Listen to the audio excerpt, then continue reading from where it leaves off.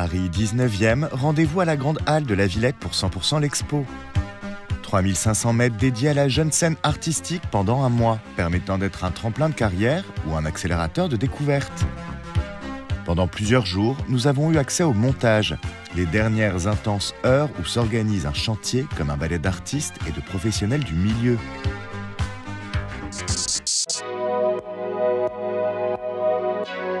Bonjour Marie. Bonjour Marc. Où sommes-nous? À la Villette. Qu'est-ce que nous faisons à la Villette? Nous venons visiter l'exposition 100%. 100% l'expo, extrêmement intéressante parce qu'un format particulier. Oui, qui nous montre la jeune création avec 60 plasticiens, de très très jeunes plasticiens, qui souvent sortent de l'école ou en sont sortis depuis quelques années. Et l'on voit pour la plupart leur première grande exposition dans une institution. Petite question, Marie, comme tu sais tout. Est-ce que tu peux me dire quelles sont les écoles qui participent? Là, je dois sortir ma liste, hein, j'avoue, Marc. Alors, nous avons les Beaux-Arts de Paris, l'École des Arts Déco, le Fresnoy, l'École de la Photographie d'Art, l'École de Création Industrielle, l'ENSI, la FEMIS, auxquelles se sont ajoutées cette année la Villa Arson, l'école Courtrage-May et le Centre national de la danse d'Angers. Je propose qu'on démarre d'abord avec une interview d'Inès Geoffroy, qui est chargée d'exposition à la Villette, mais plus précisément commissaire, puisqu'en charge de la sélection et de la programmation au sein de 100% l'Expo, et qui va nous en dire un petit peu plus, Marie, sur l'édition de cette année. Tout à fait, Marc. Voilà, j'avais juste besoin qu'elle l'acquiesce, sinon je me sens pas bien et j'ai l'impression que c'est pas fini. On y va.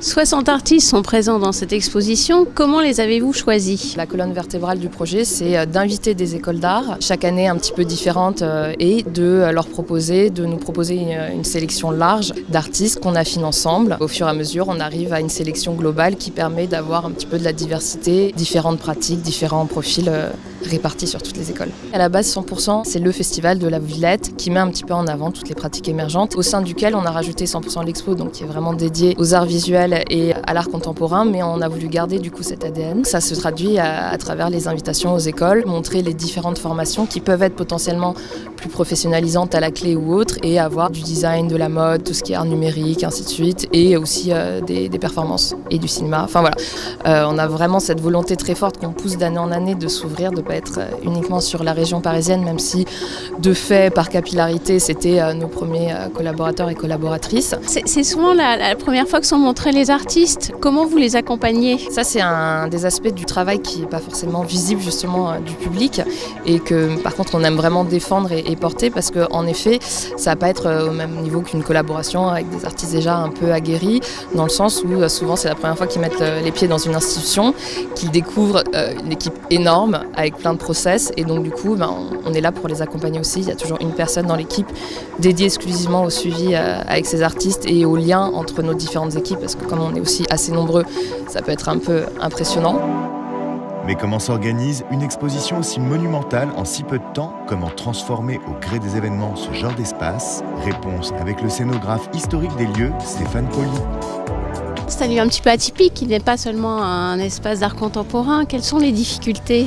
Il a été pensé il y a 30 ans d'une manière très intelligente, donc il se transforme en permanence ce lieu.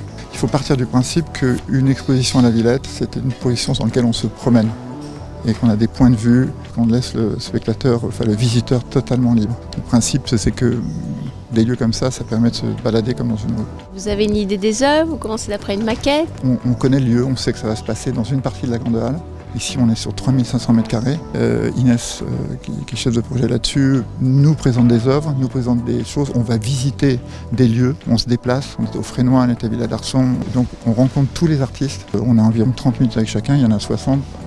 Donc, c'est 30 heures d'entretien avec leur book, leurs souhaits, leurs trucs. Et puis après, on communique par plan, par SketchUp, et on finit par construire, on va dire d'une certaine manière, avec eux.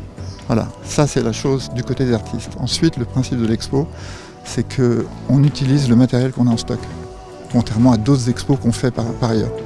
Donc le matériel, c'est les cimaises, les châssis, la lumière. C'est-à-dire qu'en fait, tout ce qui est autour là, on n'a rien construit. On a juste assemblé. Mais 100% l'Expo, c'est aussi et surtout l'occasion d'aller à la rencontre de jeunes artistes tout juste diplômés. Alexis, cette partie de l'exposition est une reproduction de votre diplôme aux arts décoratifs. Quelle en a été l'idée motrice? C'est avant tout dirigé par la solastalgie. Donc, qui est donc en fait un sentiment lié à l'éco-anxiété, donc c'est la détérioration de l'environnement. J'ai essayé de travailler sur la nature et une représentation de la nature à travers des espèces qui ont disparu. Mais c'est une présentation, une exposition aussi qui se sent, il y a une dimension olfactive. Vous avez pour le coup travaillé avec un nez.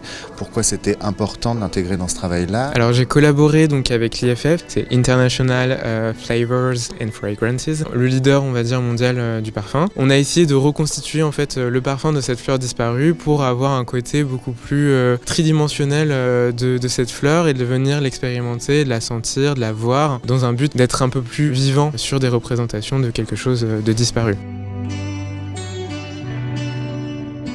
Est-ce que vous aviez déjà travaillé au sein d'une si grosse exposition collective avec une équipe de régisseurs? En fait, qu'est-ce que ça peut apporter? C'est assez intimidant, on va dire, parce que tout ça s'est construit dans un cadre assez intime. On va dire, à l'école, on est assez materné. Là, pour une fois, d'être mis face au grand public et d'avoir une équipe, donc des régisseurs, on a eu énormément de personnes qui nous ont aidés à travailler autour de ce projet. C'est très professionnalisant. J'ai jamais eu 2 personnes pour m'aider à installer mon diplôme, même si j'ai eu des conditions de travail qui sont assez intéressantes. On va dire à l'ENSAD, on est très bien lotis. Là, on a vraiment toute une équipe qui s'occupe de l'éclairage, chose que je n'ai jamais eu de ma vie. 2 personnes qui m'ont aidé à installer tout.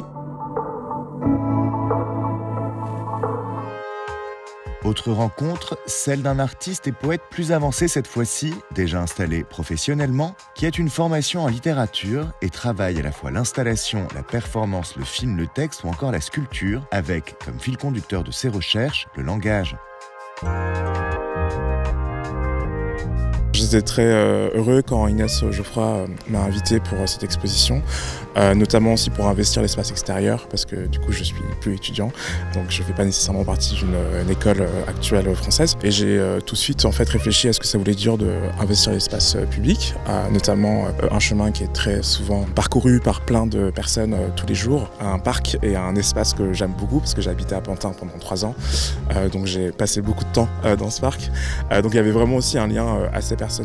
Et en réfléchissant à toute cette dimension publique, j'ai un peu réfléchi notamment à qu'est-ce que je pouvais faire comme geste, une sorte de geste qui affirmait une présence. Et c'est là où j'ai réfléchi à ce panneau en fait, qui est un panneau assez simple, noir, grand, qui tient tout seul, où est écrit « On est là », vraiment une affirmation très insolente, qui pour moi est une manière un peu de rappeler la présence, notamment la mienne en tant que personne de couleur, et rappeler aussi la présence de personnes qui peuvent s'identifier comme arabes ou noirs dans un contexte français, et de rappeler qu'on est là.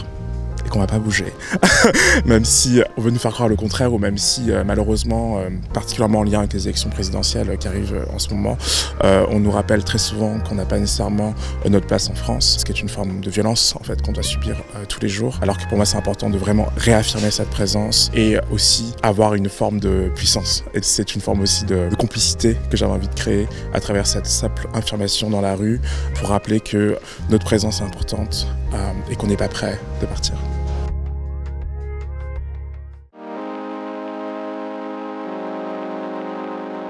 Retour dans la grande halle pour découvrir une artiste diplômée de la Villa Arson.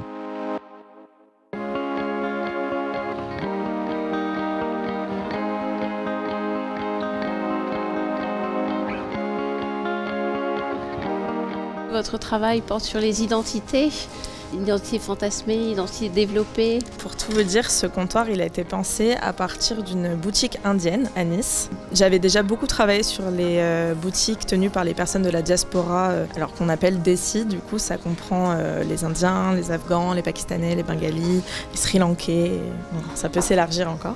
Moi, mon père est d'origine bengali et je m'intéressais beaucoup aux boutiques justement qui se trouvaient plutôt autour de la gare du Nord, du métro La Chapelle. Et à Nice, il y avait une seule boutique indienne, donc maintenant il y en a une deuxième. Et en fait, il y avait un comptoir comme ça, avec à la place des coques de téléphone, c'était des DVD de films bollywoodiens. Et à la place de cet écran-là, en fait, il y avait un écran avec un fond d'écran du Taj Mahal. Du coup, je me suis inspirée de ce comptoir-là, j'en ai refait un. Et j'ai utilisé les photos de mes ongles, parce qu'à ce moment-là, je travaillais beaucoup avec ces images-là. Et je l'ai verni à la laque automobile, entre autres.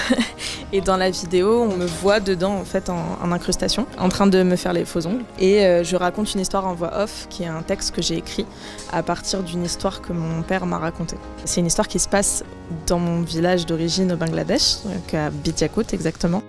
Et c'est l'histoire d'un agriculteur, mais en fait cet agriculteur c'est mon grand-père. J'ai décidé de la remettre en forme, sous forme de conte, fable, avec les codes que j'ai appris à l'école et de la raconter dans l'idée de aussi faire perdurer la culture orale qui parfois se perd parce qu'elle est juste orale.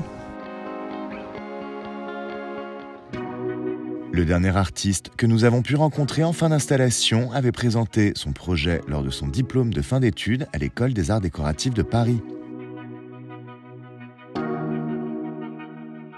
C'est une histoire assez personnelle, je pense que pas mal de gens peuvent s'y identifier indirectement. Mais en fait, c'est tout proche de la maison dans laquelle j'ai grandi en Ardèche. Il y a un lieu de drague homosexuel, tout juste en face de la plage où moi j'allais me baigner, proche de la maison de mes parents.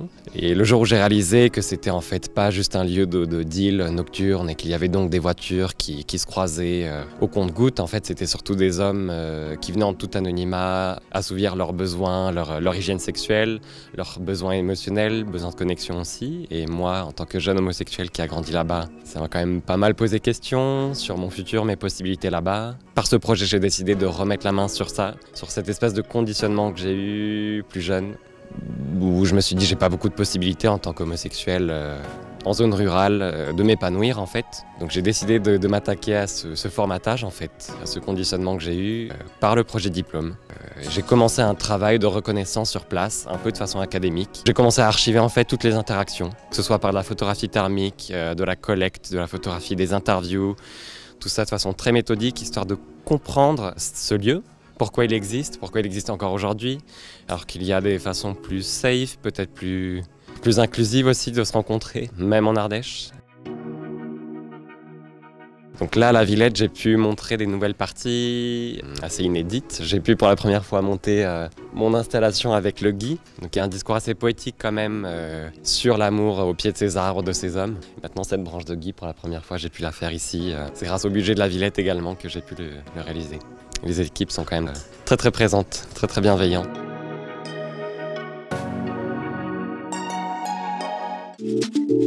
En ultime rencontre, nous avons voulu poser des questions à un corps de métier trop peu connu du milieu de l'art, celui des chargés de prod que les jeunes diplômés rencontraient souvent pour la première fois.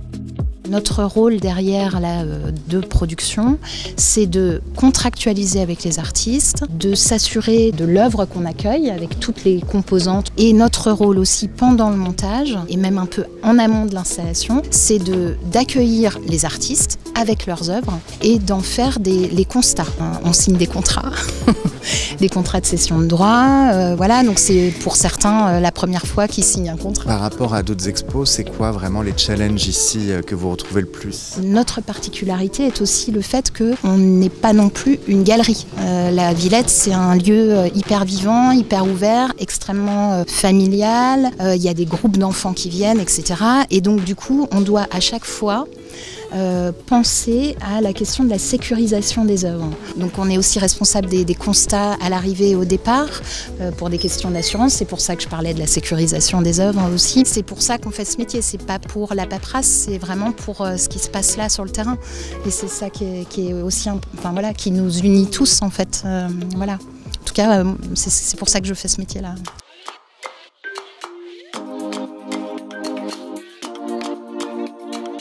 Marie, Marc, c'est déjà fini.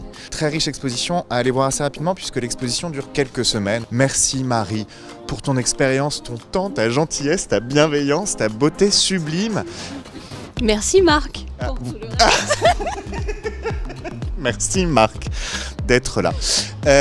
Allez, et puis il faut qu'on prépare la prochaine émission en faisant un brainstorming au bar.